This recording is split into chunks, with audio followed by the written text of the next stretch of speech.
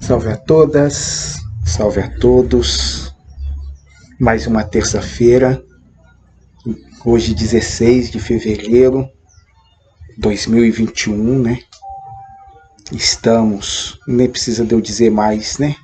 Sobre essa questão da celeridade do tempo, 2021. Bom, estamos aqui mais uma vez em Jaboticatubas, partindo, mas ainda tentando utilizar um pouco do ambiente aqui antes da gente ir embora. Vamos ver se vai dar para efetuar a gravação. Alguns barulhos, alguns ruídos e alguns sons resolveram eclodir quase todos nesse momento. É assim, né? Não tem muito como evitar e prever. Nós estamos abordando um pouco mais sobre a mediunidade e estamos querendo conversar também sobre esse conceito de quântico, né? Vou respiro fundo, eu estou evitando isso desde quando a gente estava falando de tecnologias siderais, né? Eu meio que tangenciando, passando meio a reboque do quântico. E vamos ver se hoje eu vou chamar a coragem, a ousadia, a petulância de, não sendo físico,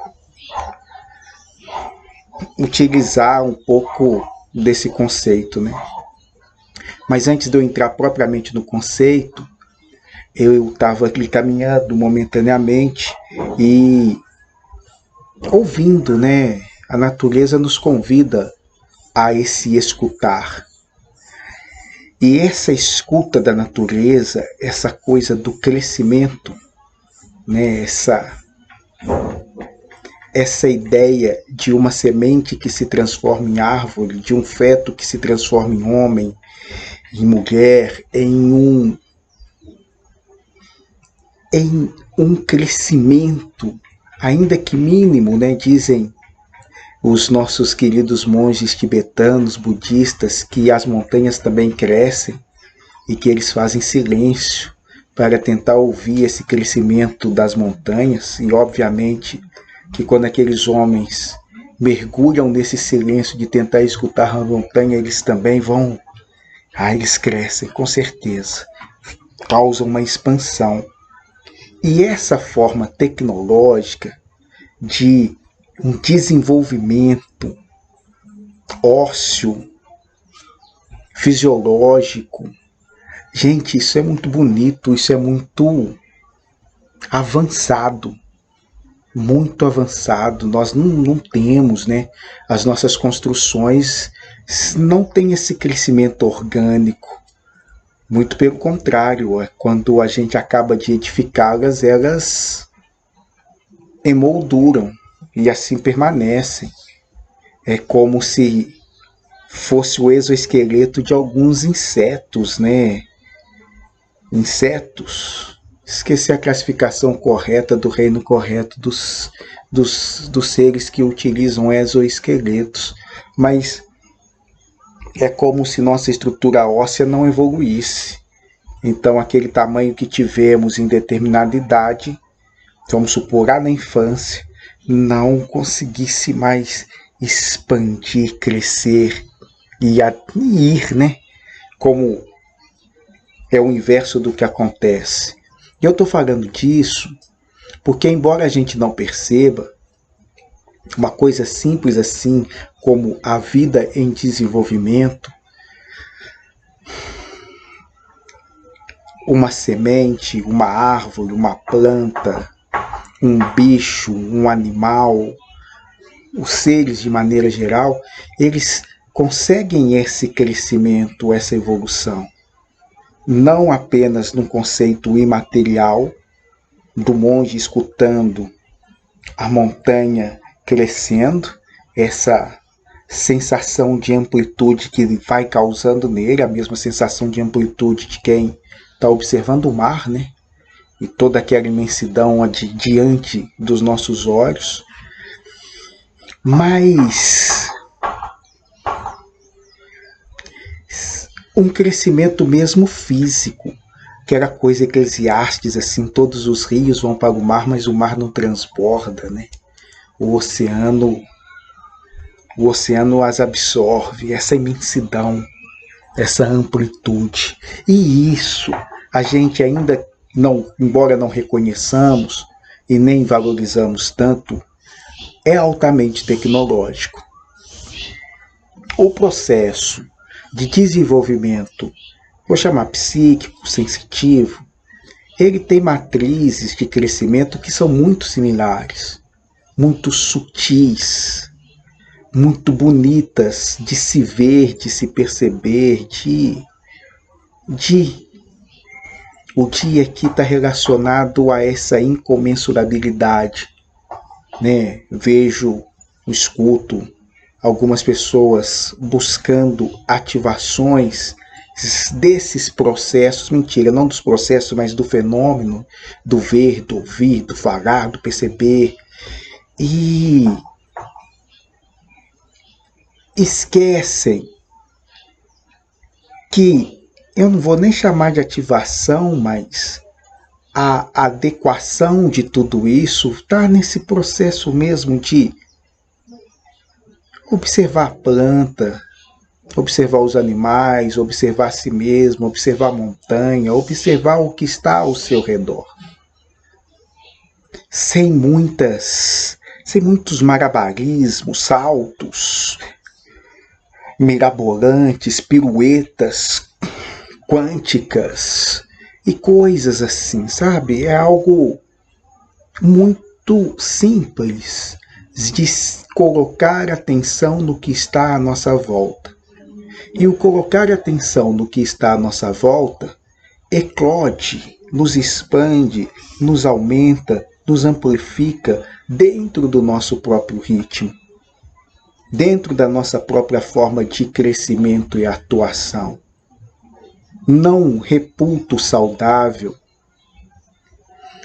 essa busca desenfreada e às vezes delirante por informações, seja elas de quais vias for, mas especialmente as espirituais, essa sede pelo espiritual de uma maneira muito egóica aqui não no sentido do egoísmo, egóica no sentido de eu preciso saber, mas quem quer saber não é essa parte que cresce, é justamente a parte que ao saber vai se endurecendo, vai se congelando, vai se cristalizando e vai dificultando o florescimento do ser, do verdadeiro ser, o ser que muitas vezes já sabe e precisa apenas ouvir, sentir, reconhecer. É tão difícil esse movimento, porque ao mesmo tempo que a gente está falando busque, mas não busque, vá, se descubra, mas não se descubra, é tão dúbio, né, essas nossas palavras, essas nossas orientações, que de fato obstaculiza muitas pessoas de alcançarem, de chegarem. Mas a ideia que eu quero passar é essa, né? Se você não está observando, não tem nada para ser buscado. Olha que ousadia minha, tá vendo? Olha a minha prepotência. Mas enfim, eu vou fazer o recorte para fazer o foco. O recorte que eu estou querendo fazer é: as pessoas que vão ensinar a abrir isso, vidência, clareaudiência, clarividência e outras coisas aí, estão em outro lugar. Aqui o nosso processo é para aqueles que, em certa medida, já têm isso em aberto e sabem lidar pouco ou parcamente com isso. Então, um diálogo com pessoas que têm uma sensibilidade já refinada E diante dessa sensibilidade refinada, especialmente em tempos pandêmicos, uma grande dificuldade de se compreender, de se situar. É mais ou menos para vocês que a gente se volta, ou que a gente deseja encontrar cor. Então, e para vocês, não tem muito sentido ficar falando aperte com o dedão das 3 horas da manhã às 4h40, mentira, deixa eu arrumar um outro número que eles chamam de cabalístico, das 3h33 às 4h44 da manhã, tocando a língua no céu da boca e fazendo uma respiração total. Você vai abrir não sei o que. As pessoas muitas vezes já estão com isso aberto. O que eu fico insistindo é que a gente não vai caçar sarna para coçar, gente. Muito pelo contrário. Quem tem geralmente essas coisas está assim, fingindo que não vê, fingindo que não ouve, fingindo que não sente, entorpecido ou se entorpecendo. A maioria. É o inverso. E aí tem uns que nos ajudam no processo do entorpecimento, do encarceramento, e querendo ver, mas eles não veem. Podem, mas ainda não veem. Enfim, então esse é o primeiro recorte que eu queria colocar e situar, para a gente ir caminhando para o segundo, dessa sutileza poética, metafórica, que a natureza nos proporciona. E nós somos natureza. O nosso desenvolvimento, ele se dá em correlação com a natureza. Então essas potencialidades que se abrem ou que se amplificam, elas são melhores estabelecidas quando a gente dialoga com o natural. Os aparatos tecnológicos, eles nos servem muitas vezes de exemplificações, mas não enquanto percepção interna, não enquanto sensação e percepção imanente. Às vezes a gente acaba acreditando que o computador é a inteligência. A internet são as sinapses. Mas isso é só uma representação, uma modelagem do nosso aparato. E uma modelagem, com todo respeito a todo o avanço tecnológico que temos, muito mal feita. Uma cópia ainda muito mal feita de tudo que somos. E de tudo que podemos ser. E dentro disso tudo que somos e de tudo que podemos ser, a nossa modelagem em relação a esse aspecto mais sutil da natureza, eu estou chamando de sutil, mas aqui não cabe, é esse aspecto do natural, ainda também é uma cópia que precisa de aperfeiçoamento, de aprimoramento, de melhoramento. Enquanto vamos trabalhando essas percepções de aprimoramento, de melhoramento, em contato e em diálogo com os recursos tecnológicos, muitas vezes nos faltam termos, palavras e conceitos. E nessa falta de termos, palavras e conceitos, alguns desdobramentos da ciência numa tentativa de explicar esse natural, embora o natural científico seja o nosso contrassenso, né? A ciência se fundamenta contrariando os nossos sentidos. O Arcângelo Buzzi, que é um filósofo maravilhoso, tem livros maravilhosos e bonitos, faz uma discussão muito elegante sobre isso, né? Essa ideia, por exemplo, da água. A água é formada e composta por 2 gases, né? Hidrogênio e oxigênio. E intelectivamente, conceitualmente, isso não poderia resultar nesse líquido maravilhoso no qual nos embrenhamos, nos banhamos, flutuamos e buscamos os mais diversos tipos de limpeza. Era algo que a gente deveria temer, porque a qualquer faísca, isso está pronto a explodir. Mas nesse estado que nós estamos aqui mergulhados nesse planeta maravilhoso, esses dois compostos é a formação de toda a vida. A vida biológica na Terra necessita de água. Então, quando a gente vai pensar ciência, essa ciência é um contrassenso ao que eu estou percebendo, ao que eu estou sentindo, ao que eu estou vendo. A ciência é justamente postulados, ideias que vão mostrar para a gente, olha, os sentidos falham. O que você está vendo provavelmente não é isso mesmo. As estrelas que daqui a pouco vão começar a surgir aqui no céu, e que eu as vejo como se elas estivessem sendo um agora, são espelhos de um céu de passados. Essa luz que nos chega nesse momento demorou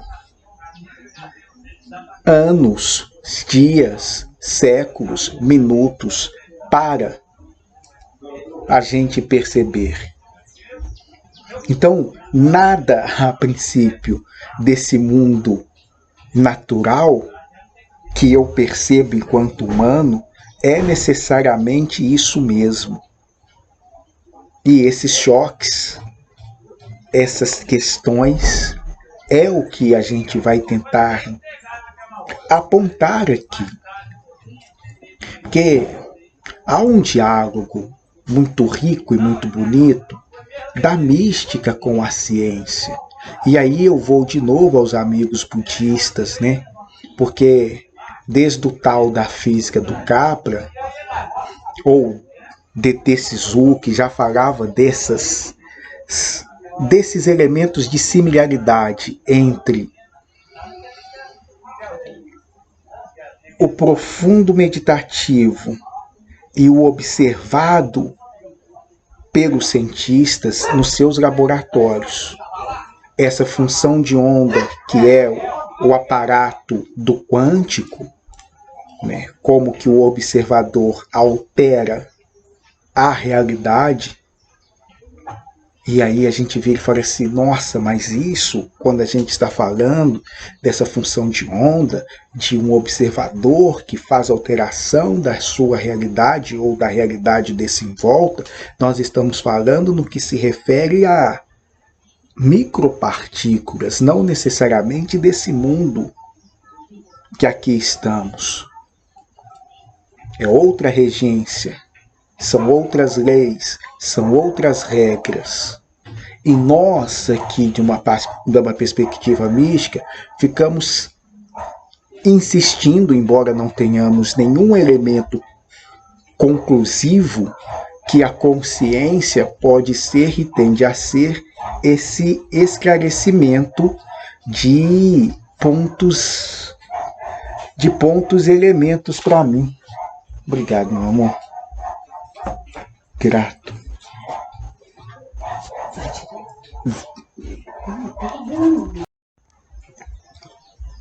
Essas conversações que vão trazendo as mais diversas implicações, a gente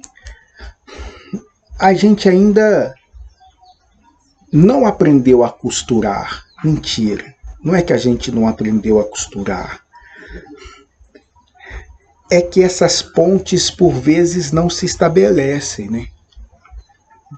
A gente precisa cada vez mais de pessoas fazendo essas transições. E quando essas pessoas conversam, há entre eles diálogo. Se você pegar o grande físico teórico, o grande cientista, ele dialoga muito bem com essas pessoas da mística. o que acontece nesse intervalo é que é a nossa tristeza. São nós, os intermediários, que tentamos nos apropriar de um ou de outro discurso e que não consegue estabelecer nenhuma correlação, nenhuma conexão devido aos nossos sectarismos. Religião é uma coisa, filosofia é outra coisa, ciência é uma terceira coisa.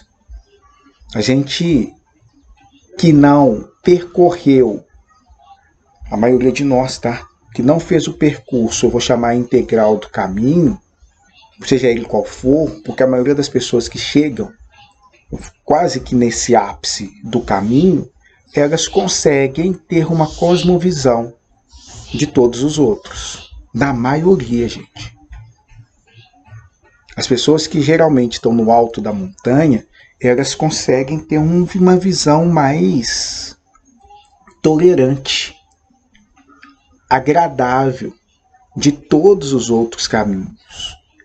Nós é que estamos aí nessa subida, é que vamos nos engalfinhando. O caminho certo é o meu, fora do meu caminho não há salvação, fulano de tal é o único caminho, é a única verdade. Somos nós que vamos trazendo esse discurso e impossibilitando e dificultando as percepções e integrações. Isso tudo para falar o quê? Que quando a gente vai pensar luz, e quando a gente está falando de mediunidades, quando a gente está falando de natureza, quando a gente está falando de quantas, nós estamos falando de luz, de pacotes de luz. Não achem, por favor, essa definição por demais grosseira, não. Ela obviamente é uma redução, mas ela é uma direção. A essência dela é essa coisa aí, luz.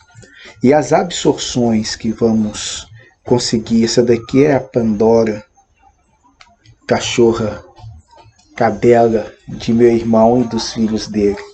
Vocês não estão vendo, mas ela está aqui passeando.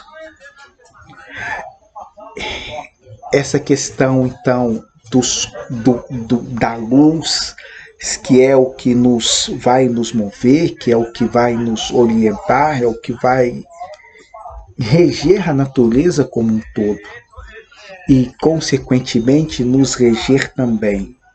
E nessa regência, por ora, fazemos, enquanto humanos, né, uma oposição, vou chamar de oposição enquanto a ciência quebra desse senso comum, aprofundando esses fundamentos dessa luz, aprofundando os fundamentos que contrariam a minha razão, mas ao mesmo tempo é nesse contato que eu tenho com esse natural, embevecido por ele, absorto nele, que essas coisas fazem sentido, que essas coisas ganham sentido, e nós precisamos combiná-las. É importante que a gente, nesse processo da nossa expansão da sensibilidade consciencial, não a faça única e exclusivamente intelectivamente. É importante que a gente a perceba enquanto sensibilidade. Toca a terra, abraça a árvore, sente o cheiro da dama da noite, escuta a rosa, conversa com a samambaia, veja o movimento do girassol, olhai os lírios do campo. É esse o diálogo. E isso serve para quê? Isso serve para ir nos maturando enquanto humanos. Isso serve para ir nos moldando como seres dessa natureza. E em contato com ela, estudando alguns termos, alguns conceitos, a gente pode alargar ainda mais o que estamos compreendendo. E o que chama esse alargar? O que é esse alargar? Esse alargar é onde a gente retoma ou tenta retomar conversas.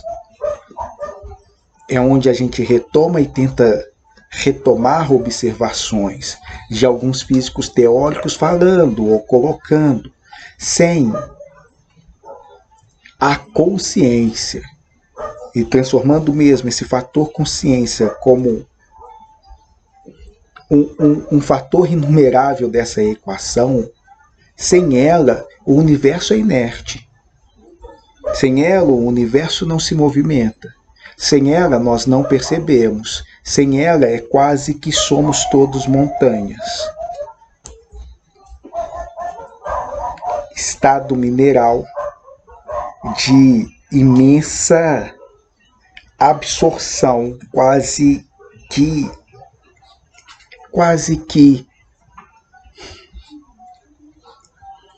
imóveis,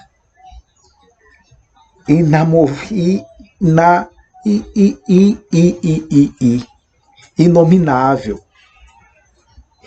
um estado de identificação. Eu nem vou chamar de identificação porque, pelo que vamos percebendo, é anterior à própria identificação. Ou vai parar, sua lindona? É anterior à própria identificação. A consciência é que começa a captar esses míseros e mínimos movimentos que vai nos colocar em movimento, nos possibilitar expansões. Tá, eu paro mais ou menos aqui, porque o ponto que eu queria chegar são nos usos e nas apropriações que vamos fazendo desse quântico. O quântico se transformou em conceito para dilucidar e explicar tudo. Todas as coisas que estamos fazendo, seja em contato com a natureza, ou seja enquanto fuga da natureza, seja enquanto tentativa de aproximação dessa minha interioridade, ou seja como fuga dessa minha interioridade, tudo isso está sendo colocado enquanto quântico. E os físicos olham para nós com muita desconfiança e falam assim, porra, nada a ver, né? Absolutamente nada a ver. E o que eu tenho a dizer é, tem e não tem. Não tem enquanto discurso. Enquanto discurso, o cara que está falando de quanta, a partir de uma observação laboratorial de micropartículas, não tem nada a ver com a mesa girante não sei qual, ou com outras observações aí que algumas pessoas estão trazendo numa direção.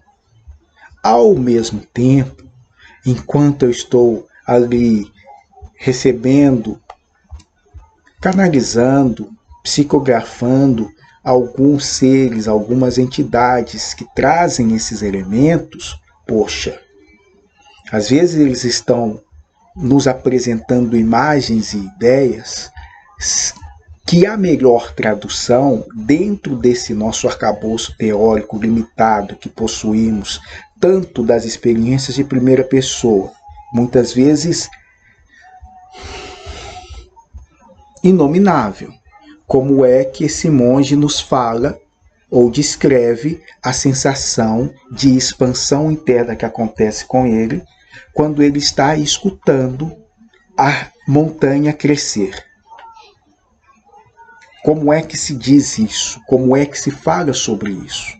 Isso aqui é só um pálido reflexo de outros inúmeros movimentos internos que vamos passando e vamos tendo, nos quais a linguagem simplesmente nos falta. No outro extremo, é óbvio não, mas o físico no seu laboratório também está vivenciando algumas coisas na qual ele transformou em linguagem, e uma linguagem acessível a esse público esotérico, nós, ESO com X, fora daquela comunidade científica, mas que o que ele está dizendo e que nós estamos absorvendo para fazer uma interação é absolutamente distante, não tem a princípio nada a ver com o que ele observou em laboratório. Aquilo que ele observou em laboratório é algo estritamente matemático.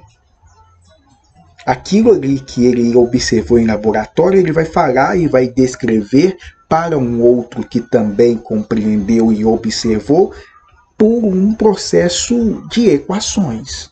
É uma linguagem matemática que intermedia, e é por essa linguagem matemática que esses dois entendidos se comunicam e conversam. Mas e quando eu quero adentrar essas imagens que esse processo matemático me fez?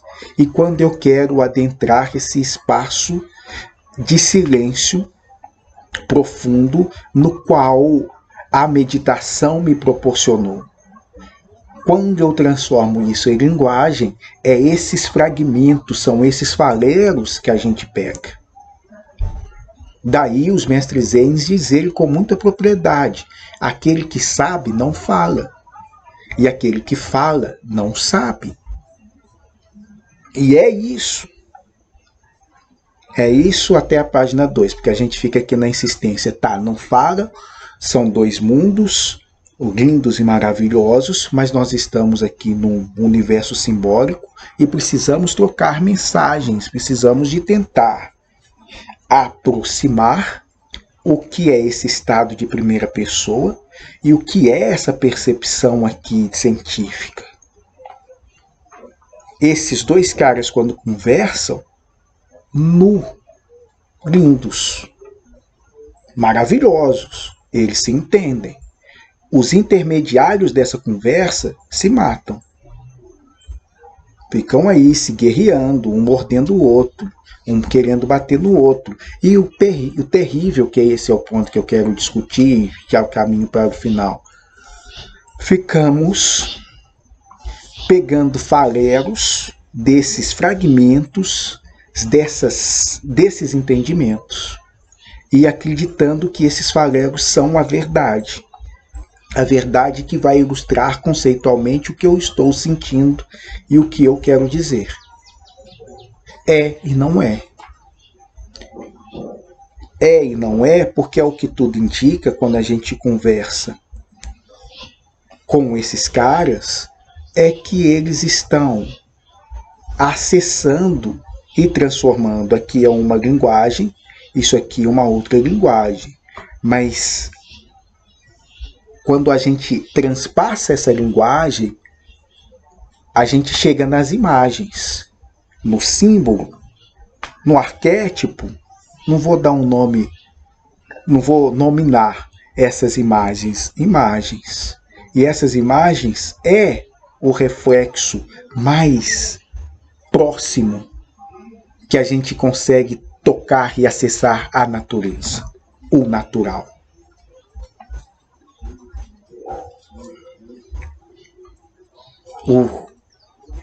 A intermediação disso é os pontos nos quais estamos, é os pontos nos quais nos encontramos, e é dele que precisamos saltar na compreensão de que a palavra, iria dizer Krishnamurti ou meu amigo Lorde Múcio, a palavra não é a coisa. A equação dos quantas não é o quanta, é uma representação. Então, esses caras que estão aí fazendo uso, às vezes demasiadamente levianos, desse quanta, ele está pegando o farelo. E está levando as pessoas a acreditarem que esse farelo é isso que o físico no laboratório está pesquisando. Não costuma ser. Ah, então não tem nada a ver? Tem muito a ver, gente. Mas numa outra profundidade. Não na profundidade do senso comum. Na profundidade do senso comum, não. Na profundidade do senso comum, é igual 2 mais 2 é igual a 4, né? 2 copos, mais 2 laranjas, mais 2 guarda-roupa, mais 2 computadores. Cabe. Qualquer 2 aí soma e forma essa identificação. Em níveis mais profundos, o que nós estamos dizendo é que um é esse, que 2 são esses. Que o universo são esses que estamos somando. Óbvio que são dois, eminentemente são dois, mas que somas são essas que estamos elaborando? E essas são discussões que precisamos ter, são conversas que precisamos ir tendo, mas para quem não gosta de nenhuma dessas conversas e para quem não gosta de nenhuma desses temas, continua seguindo o seu caminho. O caminho, por exemplo, a sua mediunidade não precisa de ser quântica. Ela precisa de estar em sintonia com esse natural que habita em você. E você, para encontrar esse natural que te habita, é melhor que esteja mais próximo da natureza. Quanto mais nos aproximamos da natureza, mais esse natural fica evidenciado. Quanto mais a gente vai se distanciando desse natural, mais artificializados nós vamos ficando. Isso é relativamente muito claro, embora seja uma combinação aqui explosiva que eu estou fazendo também. É difícil não fazer combinações explosivas ao falar dessas generalizações nas quais estamos colocando. Especificamente, as coisas mudam. Então, esse grande guarda-chuva no qual queremos chamar tudo de quântico, perigosíssimo. Ó, isso não é, isso não é, isso não é, isso não é, isso não é, isso não é. Os caras têm que se defender e falar assim, ó, quântico é esse fenômeno observável que a gente trabalha dentro dos laboratórios. É ali que acontece esse mundo quântico, não é aqui. Não é ali. Mas o cara que está quietinho, silencioso, apenas observando, em expansão, em diálogo com a luz, poxa vida. Quando ele escuta esse físico falando de algumas coisas, ele fala assim, nossa, foi isso. Nossa, tem muito a ver. Nossa, eu sei o que ele está dizendo. Olha isso. O olhar do observador alterando a realidade. E isso quer dizer, então, que se eu começar a chegar na minha casa e ficar tendo pensamentos positivos, eu vou mudar a realidade? Poxa vida. O segredo é esse. Essa é a grande lei da atração, na qual amanhã de manhã você vai ter um Porsche, um Jaguar, uma Ferrari, uma mansão na sua casa. É isso que muitos acabam vendendo, igual a teologia da prosperidade vende outras merdas. E não é disso que nem esse cara que está silenciosamente escutando a montanha e tampouco o físico observando e equacionando essas frequências de luz está dizendo. Esses pacotes, para ser mais preciso do que com as frequências. Aí, tá vendo onde eu me coloquei? Nós estamos falando de outras coisas. Tô lá também, mentira, tá? Eu tô aqui nos faleros também. Pegando, mas tendo apenas, diante de algumas migalhas, a assertividade de virar e dizer assim, gente, menos, bem menos. Mas para tu que gosta da ciência, é uma linguagem maravilhosa, que a gente precisa aprender. Precisamos aprender a decodificar. A matemática é sensacional. O Homem que Viu o Infinito. Um filme sensacional que acho que mostra muito disso. Vale a pena ser visto. Um homem que visualizou o infinito. Ou que viu o infinito. Lindo filme. Também com um indiano. Tô aí nessa abordagem meio indiana, né? Falando mal da Índia, mas a Índia no peito e no coração aqui com esses acessos fantásticos, né? Maravilhosos, muito bonitos. Desse imediato, desse não conceituado disso. Então esse grande matemático hindu, ele dizia que a deusa mostrava para eles as fórmulas enquanto ele estava no processo meditativo. E ele é acolhido e recebido por um matemático inglês de uma grande universidade, eu não lembro mais qual. E os dois começam a pesquisar juntos. E, obviamente, o meu amigo hindu fica chateado, porque ele vira e fala assim, você está duvidando do que eu estou te contando, do que eu estou te revelando? Ele fala assim, o inglês faz assim, não, mas você precisa provar. Essa é a linguagem da ciência. Você recebeu de uma inspiração divina. Faz muito sentido tudo isso. É muito lindo isso. Essa linguagem. Porra, essa linguagem matemática do universo. Galileu nos contou, os pitagóricos já sabiam. Tá aí, tá em tudo. Mas não dá para vender isso assim tão barato como quântico. Poxa, os caras estudaram muito. Os caras pesquisam demais. Os caras fazem um trabalho muito sério para a gente colocar tudo isso dentro desse caldo, bater, remexer e jogar assim. Não, temos que ter esse cuidado. Um cuidado. É um cuidado com o trabalho do outro. É um zelo para conosco. E muitos não têm. Acabam não tendo, acabam se perdendo nisso. Você vai perguntar o que é esse tal do quântico que eles estão dizendo e aí embolou. Não é legal.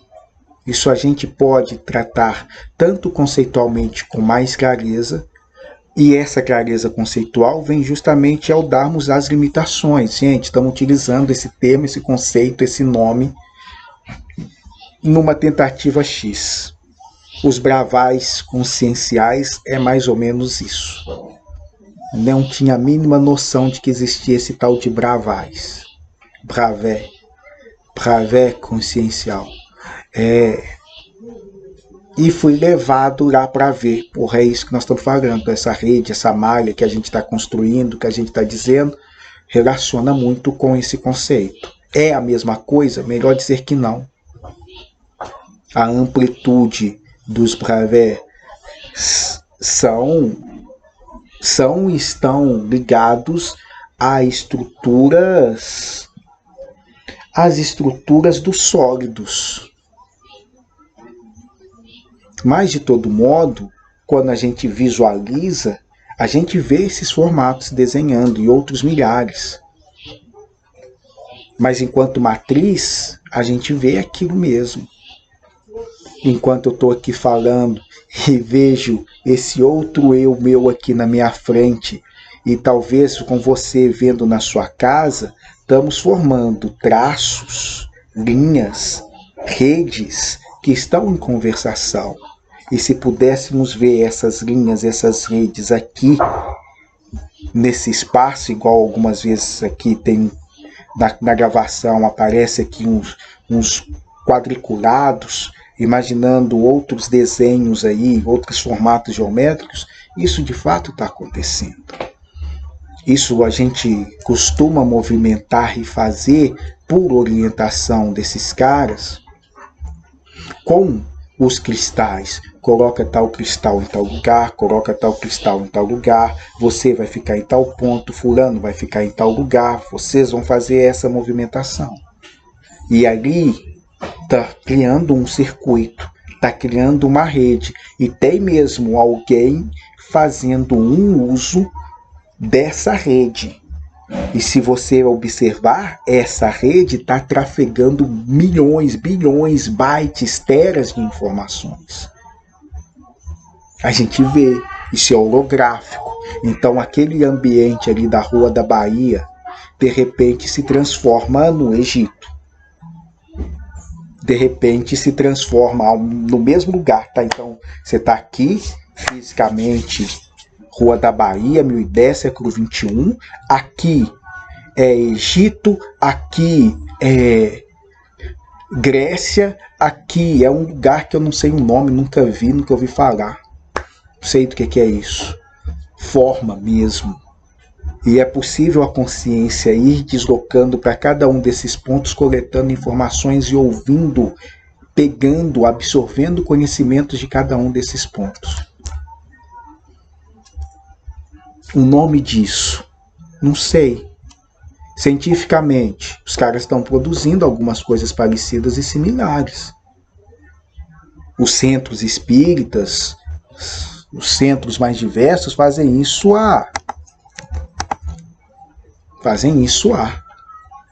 quando lá na sua mesa, pensando então no kardecismo, né? Mesa branca é bonita, né? Um dia eu falo sobre isso. O médio senta em tal lugar, o fulano senta em tal lugar, o ciclano senta em tal lugar. Ali está fazendo uma corrente, gente. Isso daí está em toda a literatura kardecista. Correntes eletromagnéticas. É uma corrente mesmo. Tem um circuito ali funcionando. Passa não apenas energia, passa informações, passa diversas outras coisas. Bom, são esses os diálogos, são essas muitas conversas que temos, são esses posicionamentos. Então, quando eu estou lá, esse é o trabalho das redes, é isso que nós estamos desenvolvendo, é isso que nós estamos buscando cada vez mais nos capacitar e auxiliando nessa capacitação irmos percebendo também enquanto corpos cristalinos. A estrutura magnética, a estrutura eletromagnética, essa daí acho que todos, na sua grande maioria, já dominam. Agora nós estamos trabalhando enquanto redes cristalinas e redes conscienciais. Isso é revolucionário. Pela sutilização, o desgaste é muito menor, o arrasto é muito menor, é mais suave. O alcance, a amplitude também é muito maior. Mas como é que a gente aprende a operacionalizar isso por aqui? Porque se nas magnéticas e nas eletromagnéticas eu tenho, vamos chamar de um ser que pode ficar aqui de fora e manipular isso mais ou menos como um imã, as conscienciais, as cristalinas e sobretudo as conscienciais, esse movimento só se dá a partir do meu entendimento, minimamente, do meu querer, minimamente, da minha vontade, minimamente. Sem esse meu processo, sem eu colocar a minha consciência na equação, eu agarro a rede, eu dificulto as transposições e as criações, as movimentações dessas informações pelos caminhos, que nós estamos chamando de brave, ou bravais, para ficar bem brasileiro. Bom, são essas as conversas, vamos ver como a gente vai conversando. Os trabalhos de quarta-feira são um pouco disso, e colocando cada um de nós, aonde quer que esteja, apto pela própria vontade, pelo próprio entendimento, para fazer parte dessa rede e atuar em rede, mesmo estando sozinho. Então você acha que está aqui isolado em Jaboticatuba, mas tem 4 pessoas ali, tem toda uma grade cristalina aqui por baixo, tem seres espalhados por aí afora que dão esse amparo, esse suporte para que eu consiga falar 5, 20, 30, 40, 50 minutos. Eles não sabem, mas eles são partes integrantes, integrais desse funcionamento. Rede. Beijo em todos e vamos proseando aí.